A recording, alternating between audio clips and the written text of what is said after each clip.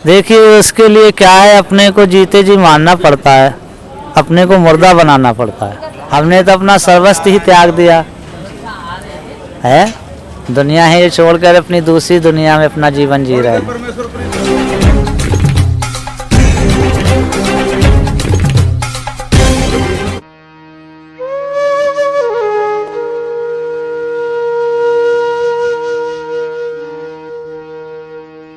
बाबा जी, आपका नाम क्या है? हमारा नाम महंत श्री नांगा बाबा विक्रमपुरी, श्री पंदस नाम जूना अखाड़ा, बड़ा हनुमान घाट, बाड़ा ऋषि। बाबा जी कहाँ से आए हैं आप जरा? हम जिला मुरादाबाद, ग्राम सौंदा, तहसील बिलारी, थाना कुंदरकी से आए हैं। बाबा जी, आप कब संन्यास धारण किया आपने? हमारी यही कोई 8-9 साल की आयु रही होगी जब हम गुरु शरण में आए, बाबा बने थे। और आपको कुछ अनुमान है कि अब आपकी क्या आयु होगी? यही कोई होगी अंदाजन 33-34 के आसपास। बाबा जी, नागा साधु कब बने आप? कब आपका संस्कार हुआ? हमारा नागा संस्कार 2004 में उज्जैन के कुंभ में हुआ था। बाबा जी, आपने नागा साधु बनने का क्यों सोचा? कुछ आपका विचार थे उस समय? ये हमारी बचपन से ही लगन थी बाबा बनने की। ये सब फिर पिछले जन्मों के संस्कार है। अपने माता पिता की से अपनी इच्छा उनसे जाहिर की कि हम ऐसे बाबा बनना चाहते हैं, पढ़ाई नहीं करेंगे। और उनका जब आपने अपने माता पिता को कहा तो उनका इस पे उनकी प्रतिक्रिया क्या थी? उन्होंने कहा कि यहीं बाबा बन के क्या करोगे, मंदिर तुम्हारे यहीं बना हुआ है, यहीं बाबा बन के भजन करो, यहीं सेवा करेंगे। हमने कहा नहीं, जन्मभूमि पे भजन नहीं हो पाएगा, इसीलिए हम अपने गुरु के पास जाएंगे, वहीं अपने भजन करेंगे और वहीं अपने भगवान की सेवा करेंगे, भक्तों की सेवा करेंगे। बाबा जी, नागा साधु बनने के लिए क्या त्याग तपस्या रहती है, कितनी कठिनाई आती है, वो थोड़ा सा उसके बारे में बताएं। देखिए उसके लिए क्या है, अपने को जीते जी मानना पड़ता है, अपने को मुर्दा बनाना पड़ता है, 10 इंद्रियों को वश में करना पड़ता है, सर्वस्व त्यागना पड़ता है, सब कुछ त्यागना पड़ता है। जो सब कुछ त्याग देता है वही नागा बन जाता है, जो नहीं त्याग पाते हैं वे बाबा रह जाते हैं।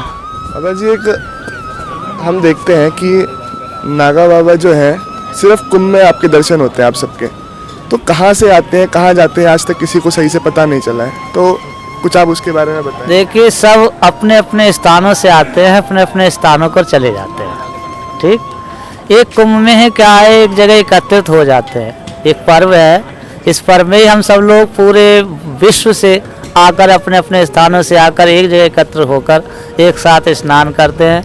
कुंभ पूर्ण होने के पश्चात सब अपने अपने स्थानों को चले जाते हैं। जैसे कि सतयुग में जब नैमिषारण्य में सभा लगी हुई थी तो सभी देवी देवता अपने अपने स्थानों से अपने अपने विमानों से आए थे। ऐसे ही हम सभी संत लोग यहाँ ये सभा लगी हुई है संतों की, छोटे बड़े सभी संत देवी देवता ही हैं। ये सब अपने अपने स्थानों से आते हैं, अपने अपने वाहनों से, और अपने अपने स्थानों पर अपने अपने वाहनों से चले जाते हैं, जो जहाँ निवास करता है वहीं। आपका जीवन की जो जीवन शैली है उसके बारे में थोड़ा सा बताएं, कितना त्याग आपने करा है? इसकी क्या हम क्षमता बता सकते हैं, हमने तो अपना सर्वस्व ही त्याग दिया है, दुनिया है ये छोड़कर अपनी दूसरी दुनिया में अपना जीवन जी रहे हैं। सारा संसार ही छोड़ दिया तो हम क्या क्षमता बताए कि हमने कितना त्याग किया है, कितना त्याग किया है या नहीं किया है, इसके बारे में हम नहीं जानते, तो गुरु महाराज जानते या संसार जानता है। बाबा जी, आपकी मैं थोड़ी दाढ़ी देख रहा हूँ, तो बहुत ही लंबी, मुझे लगभग 5 फुट तक की तो मुझे लग रही है, तो आपने इसके बारे में क्या सोचा? मतलब मैंने जितने भी नागा देखे हैं उनकी इतनी बड़ी नहीं होती है, तो इसके पीछे क्या कोई मुख्य कारण है? इसके पीछे मुख्य कारण एक ही है, तपस्या, भजन शक्ति। ये सब गुरु जी का आशीर्वाद है, भजन की पहचान है। किसने कितना भजन किया है नहीं किया है उसका ये प्रकोप है। भजन से ही जटाएं बनती हैं, जितना भजन कर लोगे उतनी शक्ति प्राप्त कर लोगे। ये सब गुरु जी का आशीर्वाद और उनकी महिमा का प्रताप है। इसके बारे में हमें कुछ नहीं पता, ये कैसे बढ़ रही है इसके बारे में हम नहीं जानते, ये कैसे बढ़ रही है, क्यों बढ़ रही है, इसका क्या कारण है, क्या रहस्य, ये तो गुरु महाराज जाने, माता रानी जाने। वस्त्र न धारण करने के पीछे कोई मुख्य कारण है? नहीं, ये तो एक हमारा नांगा सा रूप है, यही हमारा रूप है।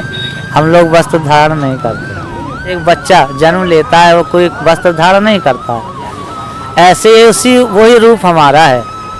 हम भी कोई वस्त्र धारण नहीं, भस्म ही हमारा वस्त्र है, भस्म ही हमारा श्रृंगार है। बाबा जी, ये जो महाकुंभ मेला है, जो महाकुंभ का ये पावन पर्व है, ये हमारे सनातन धर्म के लिए कितना आवश्यक, कितना ज़रूरी है? इतना ज़रूरी है जैसे जीवन के लिए अन्न जरूरी है, जल जरूरी है, उससे भी 1000 गुना ये हमारे जीवन के लिए कुंभ जरूरी है। जैसे एक मनुष्य मृत्यु के करीब पहुंचते हुए वो अपने जीवन की चाहता है कि अभी और जीऊं, इसी प्रकार ये महत्व जो है कुंभ का है, उससे 1000 गुना मनुष्य चाहता है कि हमें ये कुंभ का पर्व मिले, मगर मिलता नसीब वालों को ही है। बाबा जी, युवाओं के लिए कोई सीख अगर आप देना चाहें कि युवा भटक चुका है आजकल, तो उनके लिए कुछ सीख, क्योंकि उनके युवाओं से ही सनातन धर्म का भविष्य है देखा जाए तो। देखिए, आज के युवाओं के लिए हम एक ही संदेश देना चाहेंगे कि वो गलत रास्तों पर ना जाके, पिकनिक ना मनाकर स्कूल में पढ़ने के बजाय जाते हैं, पार्कों में घूमते हैं, उनमें ना घूमने के बजाय सुबह शाम मंदिर जाएं, भगवान का भजन करें, ईश्वर शिव को पर जल चढ़ाएं लिंग पे, और गायत्री मंत्र का जाप करें तो उनको अच्छा मार्ग मिलेगा। सतमार्ग के रास्ते पर चलेंगे तो इंजीनियर भी बनेंगे, डॉक्टर भी बनेंगे, और वायु आदि में घूमेंगे। समझ रहे नहीं, मेरा मैं खुल के तो नहीं बता सकता। अगर उस रास्ते पर चलेंगे तो कुछ भी नहीं बन सकते, केवल एक भटकती हुई आत्मा रहेंगे। ये मानस योनि बार बार प्राप्त नहीं होती है, कुछ कई जन्मों के पिछले संस्कार जब जागते हैं, धर्म जागते हैं, तब हमें ये मानस योनि प्राप्त होती है। वो भी कर्म करने के लिए, धर्म करने के लिए, ना कि कुकर्म करने के लिए। कुकर्म करने के लिए तो सारा जीवन पड़ा है। समय के अनुसार सारे कर्म करो, सुबह शाम भगवान का भजन करो, कोई बिजनेस है तो बिजनेस करो, अपना व्यापार करो, माता पिता की सेवा करो, भाई बहन कुटुंब परिवार में प्रेम से रहो, भाईचारा बनाकर रहो, मोहल्ले बस्ती में भाईचारा बनाकर रहो, ग्राम बस्ती में एकता बनाकर रहो, जिससे हमारे सनातन धर्म की एकता बनी रहे। इस समाज के लिए आप अपनी तरफ से कुछ संदेश देना चाहें, क्योंकि आज के समय में पिछले 1 सवा साल से एक नकारात्मकता आ चुकी है देश में, पूरे विश्व में, तो ये इसका सुझाव क्या है और आप अपनी तरफ से कुछ संदेश देना चाहें? देखिए, इसका एक ही कारण है कि सब प्रथम माता पिता अपने बच्चों को धर्म की शिक्षा नहीं देते। स्कूलों में भी हमारे पहले किताबों में धार्मिक कहानियाँ आती थी, आज नहीं आ रही हैं। यही कारण है कि संस्कृति जो है मिटती जा रही है। तो हम उन अध्यापक लोगों से भी अनुरोध करेंगे कि अपनी पुस्तकों में अधिक से अधिक धर्म की कहानियाँ छापें, महापुरुषों के, संतों के सत्संग कहानी, राजा ज्ञान की बातें छापें, गीता रामायण पुराण की बातें अध्ययन को उसमें दें, जिससे कि हमारे सनातन धर्म की युवा पीढ़ियों को उस चीज़ की जानकारी हो सके और आगे को उन्हें ज्ञान हो सके और वो धर्म पर अपने चल सके। लोगों को आप अपनी तरफ से एक आशीर्वाद थोड़ा सा दें। समस्त देशवासियों को मेरा हार्दिक अभिनंदन है हरिद्वार कुंभ में, और मैं सभी भक्तगणों को आशीर्वाद देता हूँ कि वो सदा खुश रहें, खुशहाल रहें और हमेशा मुस्कुराते रहें और भक्ति की राह पर चलते रहें। ओम नमो नारायण। सभी गुरु मूर्ति। बाबा जी, बहुत बहुत शुक्रिया आपका। वीडियो को अंत तक देखने के लिए आपका बहुत बहुत शुक्रिया।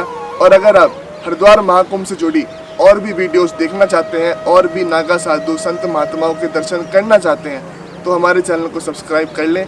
हम मिलेंगे आपसे अगली वीडियो में, तब तक के लिए हर हर महादेव।